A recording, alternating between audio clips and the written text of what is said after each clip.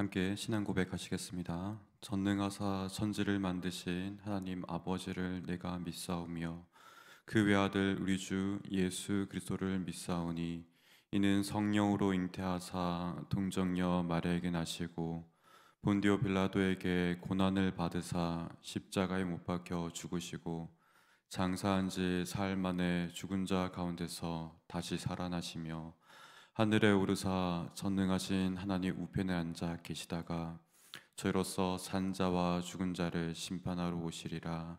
성령을 믿사오며 거룩한 공예와 성도가 서로 교통하는 것과 죄를 사하여 주시는 것과 몸이 다시 사는 것과 영원히 사는 것을 믿사옵나이다.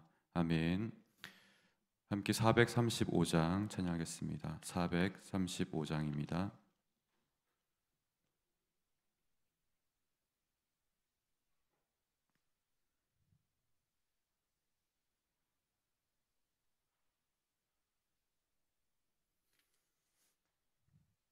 435장 함께 찬양합니다. 나의 영원하신 기업 생명보다 귀하다. 나의 갈 길 다가도록 나와 동행하소서.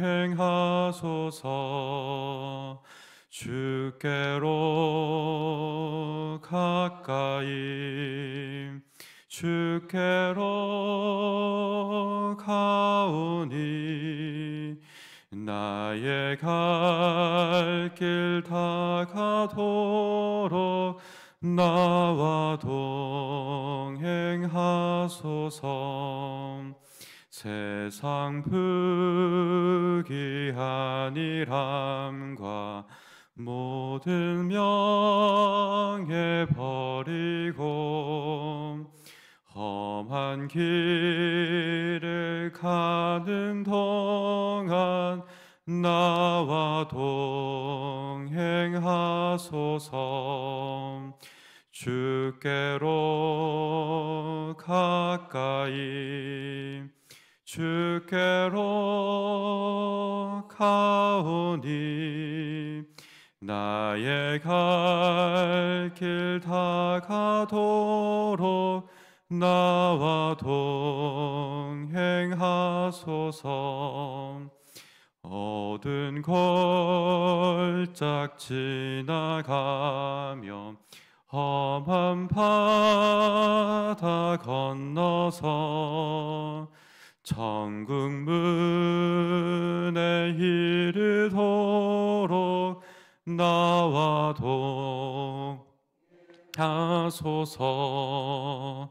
주께로 가까이 주께로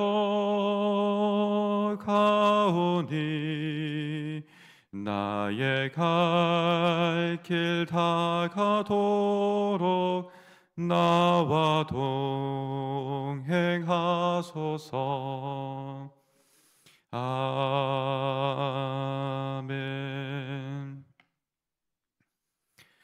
사랑의 하나님, 말씀을 통해서 하나님의 크신 계획을 늘 깨닫게 하여 주시니 감사합니다. 역사 속에서 자신을 계시하시고 종국적인 하나님의 나라의 왕성을 향해 저희를 부르심에 감사합니다. 이 영원한 부르심 앞에 저희 모두 삶의 제사로 영광 돌리게 하시고 온 마음과 정성으로 주님을 찬양하게 하여 주시옵소서. 사랑하는 교회 공동체 모두가 주님의 풍성한 영광을 아는 그 자리로 나가기를 간절히 사모합니다. 주님의 은혜의 터 위에 함께 견고하게 서되 또한 한 몸됨을 힘써 지키며 나갈 수 있도록 도와주십시오. 들으시고 응답하시는 예수 그리스도 이름으로 기도드립니다. 아멘. 역대상 15장 1절에서 29절 말씀 함께 보겠습니다. 역대상 15장 1절부터 29절 말씀인데요. 함께 읽을 말씀은 좀 많아서 1절부터 4절까지 그리고 25절부터 29절 말씀으로 두 번 나눠서 끊을 텐데 제가 인도하면서 읽겠습니다. 먼저 1절부터 4절 교독하며 있습니다. 다윗이 다윗성에서 자기를 위하여 궁전을 세우고 또 하나님의 궤를 둘 곳을 마련하고 그것을 위하여 장막을 치고 다윗이 이르되 이 사람 외에는 하나님의 궤를 맬 수 없나니 이는 여호와께서 그들을 택하사 여호와의 궤를 메고 영원히 그를 섬기게 하셨음이라 하고 다윗이 이스라엘 온 무리를 예루살렘으로 모으고 여호와의 궤를 그 마련한 곳으로 메어 올리고자 하여 다시 아론 자손과 레위 사람을 모으니 25절부터 다시 교독합니다. 이에 다윗과 이스라엘 장로들과 천부장들이 가서 여호와의 언약궤를 즐거이 메고 오벳에돔의 집에서 올라왔는데 하나님이 여호와의 궤를 도우셨으므로 무리가 수송아지 7마리와 순양 7마리로 제사를 드렸더라. 다윗과 및 궤를 맨 레위 사람과 노래하는 자와 그의 우두머리 그나냐와 모든 노래하는 자도 다 세마포 겉옷을 입었으며 다윗은 또 배 에봇을 입었고 이스라엘 무리는 크게 부르며 불나팔과 나팔을 불며 재금을 치며 비파와 수금을 힘있게 타며 여호와의 언약궤를 메어 올렸 함께 있습니다. 여호와의 언약궤가 다윗 성으로 들어올 때에 사울의 딸 미갈이 창으로 내려보다가 다윗 왕이 춤추며 뛰노는 것을 보고 그 마음에 업신 여겼더라. 아멘. 다윗은 역대상 13장에서 먼저 1차로 법궤를 예루살렘으로 옮기려고 하였습니다. 1차 시도를 먼저 가졌지요. 그러나 모종의 이유 때문에 하나님께서 진노하셨고 우사가 죽는 사건이 발생했습니다. 이어서 보다 말씀을 연구하고 또 준비하여서 다시금 법궤를 옮깁니다. 이것이 15장의 내용입니다. 그중 가장 중요한 결과는 레인들을 주목하는 것이었고 또 레인들에게 주신 법규의 규정과 같이 법궤를 어깨에 메어 옮겨야 했었습니다. 여기서 15장에서 가장 강조하는 바는 말씀대로의 순종입니다. 우리가 때로는 몰라서 하나님 앞에 그릇 행할 때도 있는데 그런 부분에서 그냥 간과하고 넘어갈 수 있는 일이 아니라는 것을 깨닫게 합니다. 하나님은 틀린 부분을 그냥 넘어가지 않으시고 그 자리에 불러 세우시고 또 무엇을 교정해야 되는지 교훈하시고 가르쳐 주십니다. 그것이 먼저 베레스와 우사의 사건이었고 다시 더욱더 하나님의 말씀을 연구하고 살피는 계기가 되었습니다. 그리고 그 결과로 온 백성이 기뻐하는 가운데 법궤를 마침내 예루살렘으로 무사하게 옮겼습니다. 여기서 한 가지 독특한 점은 왜 다윗이 예루살렘이라는 그 목적지를 향해서 이 법궤를 옮겼냐라는 질문을 가지게 됩니다. 어쩌보면 너무나 당연한 질문일 수 있습니다. 그러나 이전에 과거에 성막을 세웠던 장소를 우리가 떠올려 본다면 왜 예루살렘으로 옮겨야 하는가라는 이 질문에 쉽게 대답하기는 쉽지 않습니다.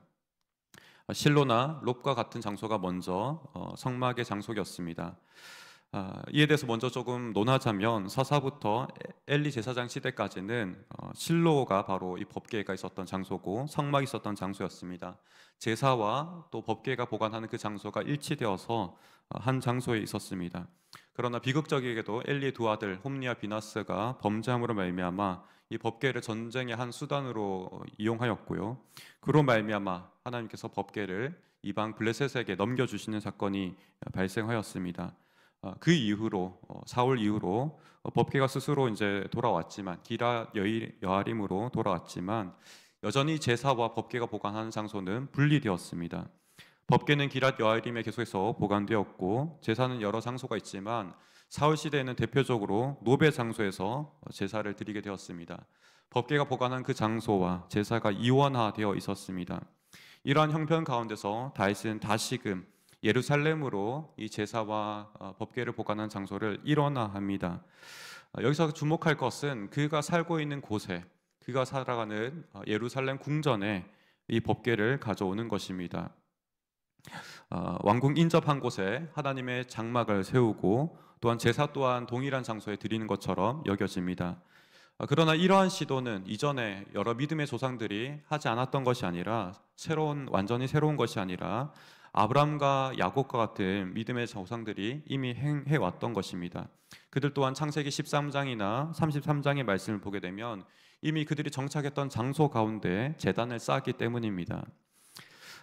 이처럼 장막 또 제단 우리가 이것을 생각할 때 하나님의 임재하심으로 우리가 현재는 생각할 수 있을 것이고 이것은 다름 아닌 믿음의 조상들과 다윗이 바로 하나님의 임재를 가장 간절히 사모하여서 자신이 거하는 그 집에 자신이 살아가는 그 터전이 곧 하나님의 장막이라고 선언한 것과 같은 고백입니다. 이러한 점에서 다윗은 믿음의 계보를 잘 이었을 뿐만 아니라 오히려 발전시키고 있습니다. 창세기에서 우리가 이 원뿌리가 어딘가를 먼저 생각해 본다면 아담의 에덴 동산을 우리가 가리킬 수 있을 것입니다. 생명이 충만했던 곳, 영원한 하나님의 그 기쁨이 있었던 곳이 에덴 동산이라고 한다면 그와 같은 은혜가 아브라함과 야곱의 조상에게 이어졌고 왕정 시대에는 다윗에게 이어졌습니다. 이처럼 다윗은 완전 시대 가운데 문화 명령을 어떻게 펼쳐야 되는지 그 시대에 맞게 그 시대의 모습으로서 명확하게 우리에게 가르쳐주고 있습니다. 그 이후로 다윗 이후로 모든 왕들이 한편으로 따라야 되는 모범과 표본이 되었습니다.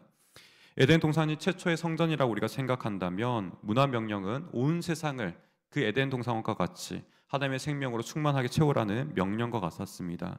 단순히 물질적인 정복이 아니라 하나님 말씀에 귀를 기울이고 순종하는 삶으로서 정복해야 되는 것이었습니다.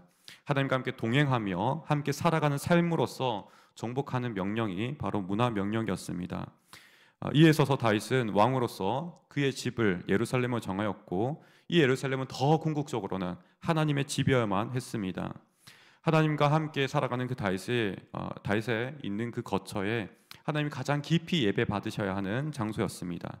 다윗은 이러한 분명한 이해를 가지고 법궤를 예루살렘으로 옮겼습니다.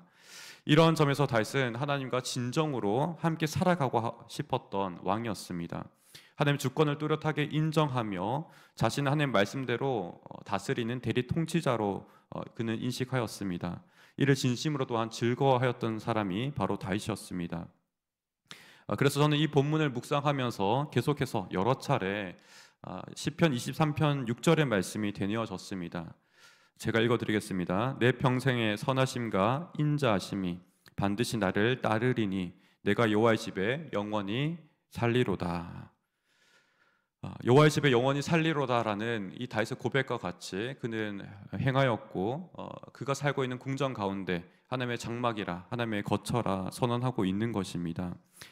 그러나 비단 레인들만 성전 가운데 살아가는 것이 아닙니다. 다윗 또한 지금 일반 성도여 또 왕으로서 살아가지만 그 또한 성전에서 살아가는 자로서 선언하고 고백하고 있습니다. 사실 다윗과 같이 우리 또한 모든 사람들이 동일할 것입니다. 우리 또한 세상 가운데 살아간다 할지라도 우리가 일상의 자리 가운데 있다 할지라도 그 자리가 바로 하나님과 가장 가까운 자리 또한 내 삶의 자리가 주님의 제단과 같은 자리임을 고백해야 될 줄 믿습니다. 그렇기 때문에 로마서 12장에서도 우리의 몸이 하나님께서 기뻐하시는 거룩한 제사, 산제사, 삶의 제사라고 말하고 있지 않습니까? 27절에서 다윗은 레인들과 자신을 동일시하는 것으로 여겨집니다.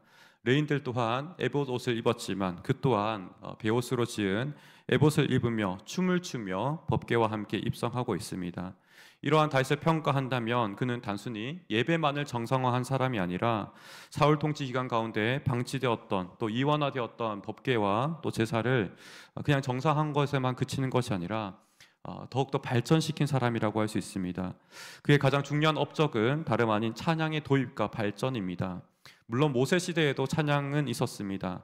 출애굽 직후에 승리의 또 기쁨의 그런 감사의 찬양도 있었지만 또 시편 90편과 같은 모세 시편 또한 있지만 시편의 대부분의 부분은 다윗이 지었고 또 다윗이 임명하였던 레위 지파 사람들이 지은 찬양들이 거의 대다수입니다. 이런 부분을 보았을 때 다윗의 업적이 얼마나 큰지 우리는 다시금 깨닫게 됩니다. 이러한 과정 가운데서 오늘 역대상의 본문이 있지 않는다면 다윗은 그러한 과정들 그가 찬양을 사랑하였고 찬양을 예배 가운데 가장 중요한 요소로 도입한 것을 우리가 알지 못했을 것입니다. 다윗 그 자신 또 음악의 조예가 깊었고 성령의 감동하심으로 말미암아 수금을 타며 사울의 악령을 쫓은 경험이 있었기 때문에 가능한 일이었을 것입니다. 오늘 본문의 다양한 교훈들 가운데 하나님은 3번 언급됩니다. 하나님의 주어로 사용되는 그 3번의 언급과 사실 오늘의 교훈은 맞물려 있습니다. 먼저 2절에서 하나님이 주어로 등장합니다. 레위 사람들을 여호와 하나님께서 택하셨다라는 말씀이 먼저 언급합니다. 이에 다윗은 레위인들을 대대적으로 모았습니다. 그들의 본연의 위치를 세웠습니다. 그리고 다윗 자신도 마치 레위인과 같이 성전 가운데 하나님의 가장 깊은 임재 가운데 속하기를 원하였습니다. 이어서 13절에서 우리 여호와께서 우리를 찢으셨다라고 이야기합니다. 이 말씀대로 하나님께서는 우리를 훈계하시고 바르게 하시는 인도가 있음을 깨닫게 합니다. 무지한 가운데 그냥 넘어가는 것이 아니라 오히려 베레사 우사 사건을 통해서 깨닫게 하시고 말씀대로 법궤를 옮기도록 하십니다. 반드시 말씀의 길로 인도하시는 하나님이 그 손길이 이 장면 가운데 있습니다. 마지막 26절에서는 하나님이 여호와의 법궤를 맨 레위 사람들을 도우셨다라고 말합니다. 모든 예배하는 행렬 그들의 찬양을 받으셨음을 이야기합니다. 다윗 이전에 그 이후에 가장 큰 예배의 차이는 이처럼 찬양의 예배입니다.